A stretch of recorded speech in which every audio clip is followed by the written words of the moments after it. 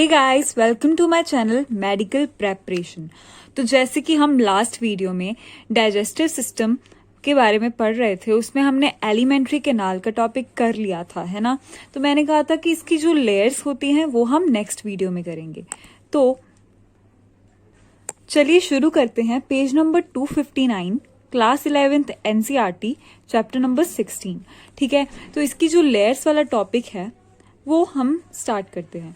The wall of alimentary canal from oesophagus to rectum possesses 4 layers, namely serosa, muscularis, submucosa and mucosa. तो हमने alimentary canal में देखा था कि oesophagus होता है, स्टमक होता है, स्मॉल इंटेस्टाइन होता है, लार्ज इंटेस्टाइन होता है, उसके बाद रेक्टम से उसकी एंडिंग हो जाती है एलिमेंट्री कैनाल की, है ना। तो उसमें उसकी जो वॉल्स होंगी ईसोफेगस से रेक्टम तक, उसमें 4 लेयर्स होती हैं, serosa, muscularis, submucosa and mucosa. तो उसमें सबसे पहले कौन सी आती है आपकी serosa. Serosa is the outmost layer. ठीक है, वो आउटमोस्ट लेयर होती है and is made up of a thin mesothelium. तो वो थिन मीजोथीलियम की बनी होगी। और एपिथीलियम ऑफ विसरल ऑर्गन्स, जो विसरल ऑर्गन्स का एपिथीलियम होता है वो भी मीजोथीलियम को ही कहा जाता है। तो serosa is first thing outmost layer, second thing thin mesothelium की बनी होती है विद सम कनेक्टिव टिश्यूज। ये फर्स्ट हो गया आउटमोस्ट लेयर, सेकेंड हो गया थिन मीजोथीलियम, थर्ड पार्ट इसमें क्या आता है कि कुछ इसमें कनेक्टिव टिश्यूज भी प्रेजेंट रहते हैं। ठीक है, उसके बाद क्या आएगा मस्कुलरिस।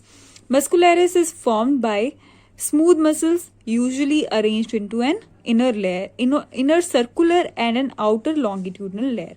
तो जो muscularis होती है वो स्मूथ मसल्स की बनी होती है। ठीक है, तो उसमें यूजुअली क्या होता है, वो 2 लेयर्स की फॉर्म में अरेंज होती है। इनर वाली उनकी सर्कुलर फॉर्म में होंगी और आउटर वाली लॉन्गिट्यूडनल लेयर्स में होगी। और इनमें और एन oblique मसल लेयर में be present in some regions. कुछ रीजन्स में oblique मसल लेयर भी प्रेजेंट हो सकती है। oblique मसल का क्या मतलब है कि वो डायरेक्ट वे में नहीं प्रेजेंट होगी, वो इनडायरेक्ट वे में कुछ कुछ रीजन्स में ही प्रेजेंट रहती है, इसलिए उसको oblique कहा जाता है।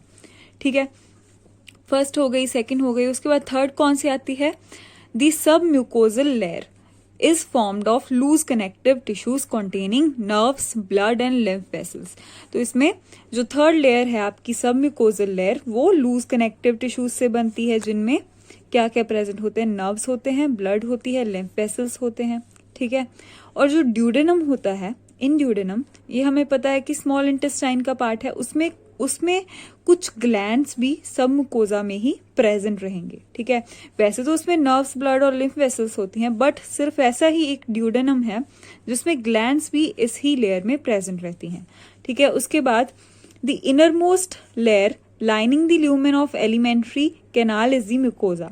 तो जो सबसे अंदर वाली लेयर है जो ल्यूमेन को लाइन करती है एलिमेंट्री कैनाल में, उसका नाम होता है म्यूकोजा। तो ये फोर्थ हो गई। ठीक है, this layer forms irregular folds र्यूगे।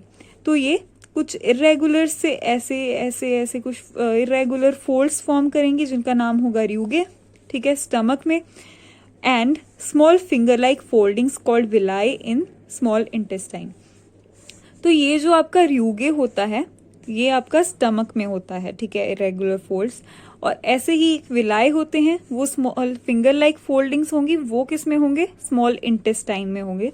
ठीक है, इस मतलब ये कुछ मॉडिफिकेशंस हम इनको कह सकते हैं, सरफेस एरिया को इंक्रीज करने के लिए होती हैं। ठीक है, ये और ये र्यूगे होगा स्टमक में, विलाई होगा स्मॉल इंटेस्टाइन में।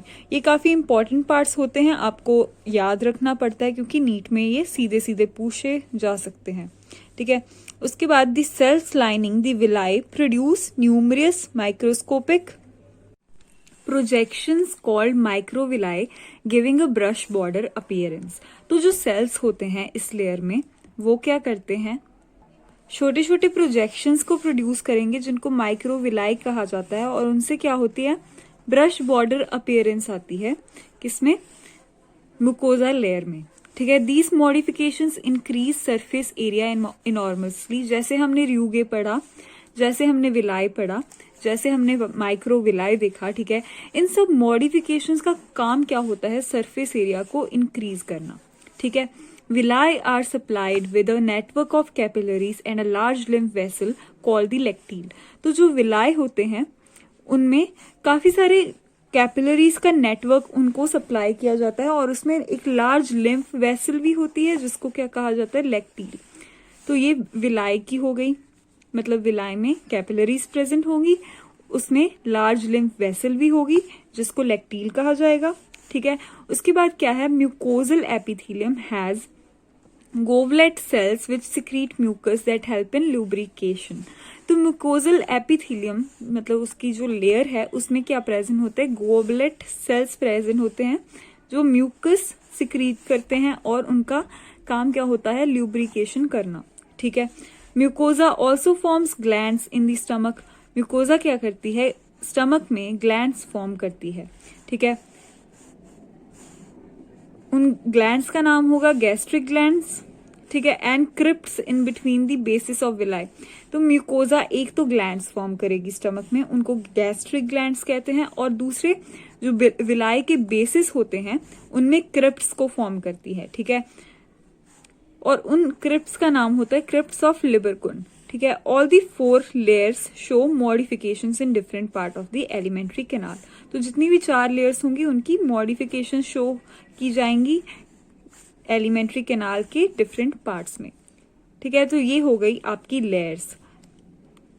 Thanks for watching. अगर आपको अच्छी लगी मेरी वीडियो, अगर आपको समझ आया सारा कंसेप्ट, ठीक है, तो please do share this video. Please subscribe to my channel and like my video. Okay.